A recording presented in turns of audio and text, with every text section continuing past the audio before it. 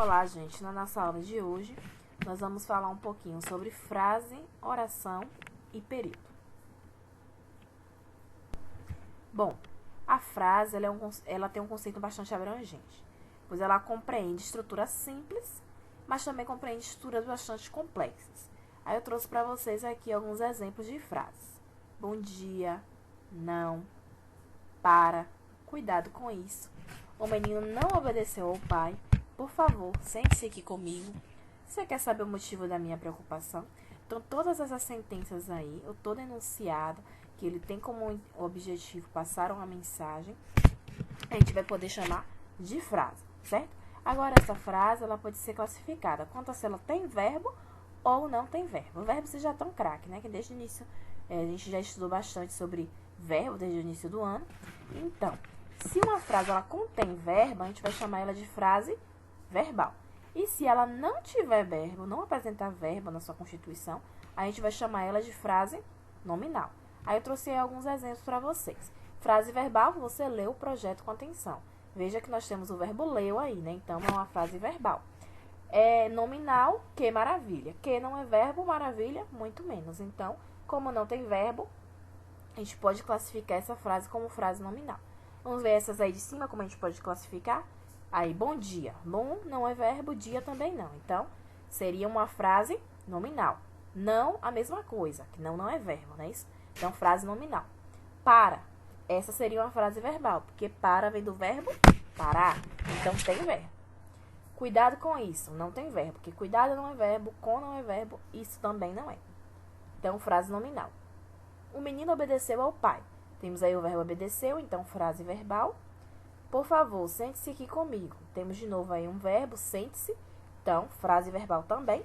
E você quer saber o motivo da minha preocupação? Saber, verbo, frase verbal. Então, só para recapitular, frase verbal tem verbo. Frase nominal não tem verbo. Agora vamos ver oração. Bom, as orações elas vão ser identificadas através da contagem dos verbos ou locuções verbais. Então, a oração é imprescindível que ela tenha verbo. A oração é como se fosse uma frase verbal, porque ela precisa ter verbo. E para a gente saber quantas orações tem, a gente vai contar os verbos ou as locuções verbais que tem na oração. Por exemplo, aí, eu fui ao cinema. Nós só temos um verbo, que é o verbo fui. Então, só temos uma oração. Já no segundo exemplo, eu fui ao cinema e me diverti muito. Então, temos o verbo fui e o verbo divertir. Então, a primeira oração, eu fui ao cinema. A segunda oração, me diverti muito. Temos duas orações nesse caso. E no terceiro exemplo, eu fui ao cinema, me diverti muito, apesar do filme ser horrível. Então, agora, tivemos um acréscimo de mais uma oração, porque tem mais um verbo, aí o verbo ser, né? Então, primeira oração, fui ao cinema. Segunda, me diverti muito. Terceira, apesar do filme ser horrível. 3 orações. Então, para saber quantas orações tem, basta vocês contarem quantos verbos ou quantas locuções verbais tem. Período. Bom, o período, ele também vai estar intimamente relacionado com as orações. Por quê? Porque se ele tiver apenas uma oração, a gente vai chamar de período simples. E se ele tiver 2 ou mais orações, 3, 4, por aí vai, ele vai ser chamado de período composto. Aí também eu trouxe exemplo para vocês. Eu visitei minha tia ontem. Temos o verbo só, que é o verbo visitei, então período simples, porque só tem uma oração.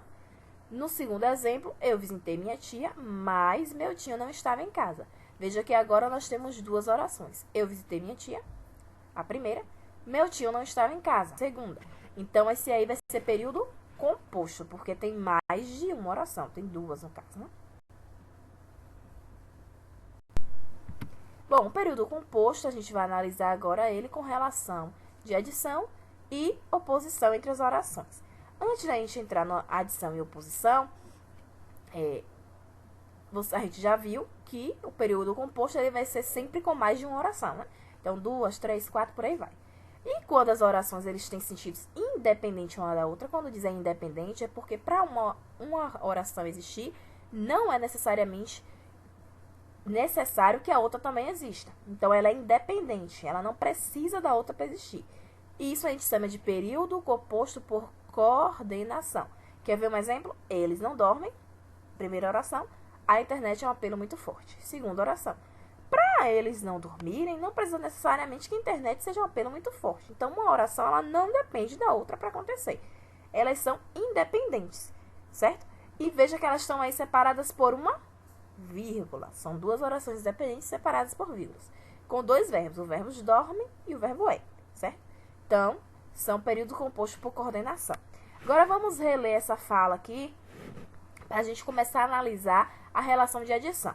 Diz assim, ó, sento em frente ao computador e esqueço da vida. Veja que aí, período composto, né? Temos duas orações, estão aí separadas direitinho.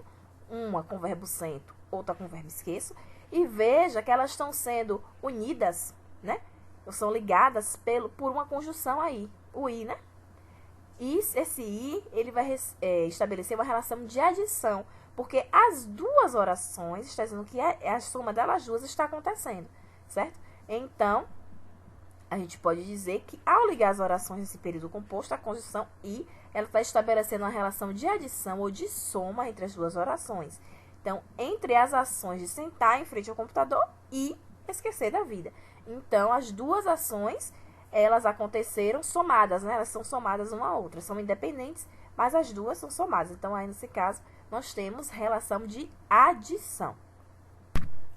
Bom, vamos ver essa outra frase aí que a gente vai ver agora, a relação de oposição. Diz o seguinte, internet não é inimiga, mas precisa de controle. Nós temos aí de novo duas orações independentes, uma com o verbo é, outra com o verbo precisa. E veja que agora elas estão sendo ligadas não pela conjunção i, mas pela conjunção mas. E nesse caso ela está estabelecendo uma relação de oposição, porque está dizendo, ó, internet não é inimiga. Ela não é. Porém, ou mais, ela precisa de controle. Então, está estabelecendo uma relação de oposição. Quer ver outro exemplo aí? Faça as atividades físicas regularmente. Primeira oração. Mas evite-as depois de escurecer. Veja que nós temos de novo duas orações. Uma com o verbo faça, outra com o verbo evite. E elas estão sendo ligadas pela conjunção mais. De novo, está fazendo uma relação de oposição entre as ações de fazer e evitar. Certo? Então, em resumo, que está aí no quadrozinho, ao ligar duas orações à conjunção i, nós vamos estabelecer uma relação de adição entre elas.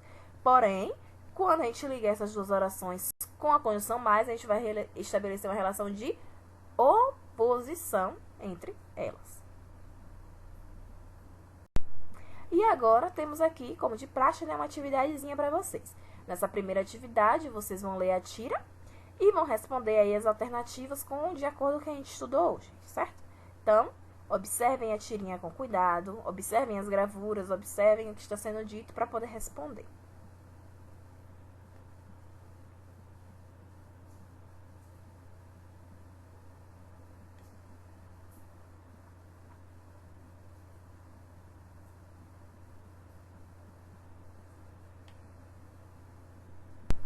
Na segunda questão, temos outra tirinha aí para vocês lerem e observarem também e responder as alternativas A e B.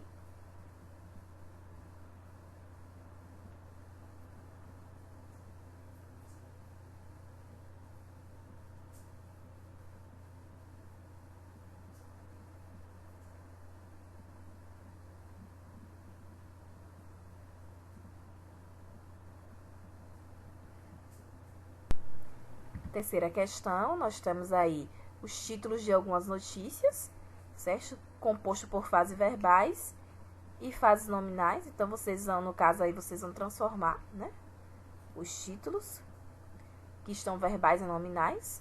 Isso constitui fazer o quê? Tirar os verbos, né? Para uma frase que está verbal virar nominal, a gente vai reescrever ela de forma que não tenha verbo.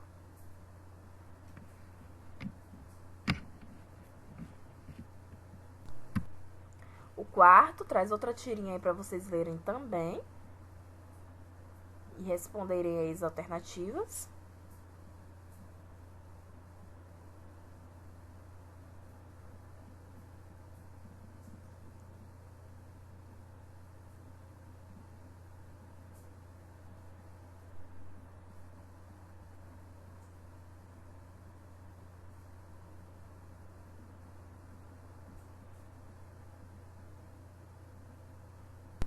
E aí a última questão, né, que é para vocês pegarem essas frases sublinhar os verbos, separar as orações dos períodos e circular, né, a palavra que estabelece relação, classificando se é de adição ou oposição. Então, quando você circular, vocês já vão saber, né? A gente sabe que I, adição, mas, oposição.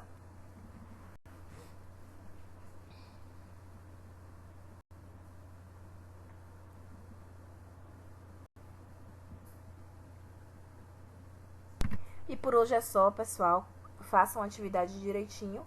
Na próxima aula nós vamos estar corrigindo, certo? Até mais.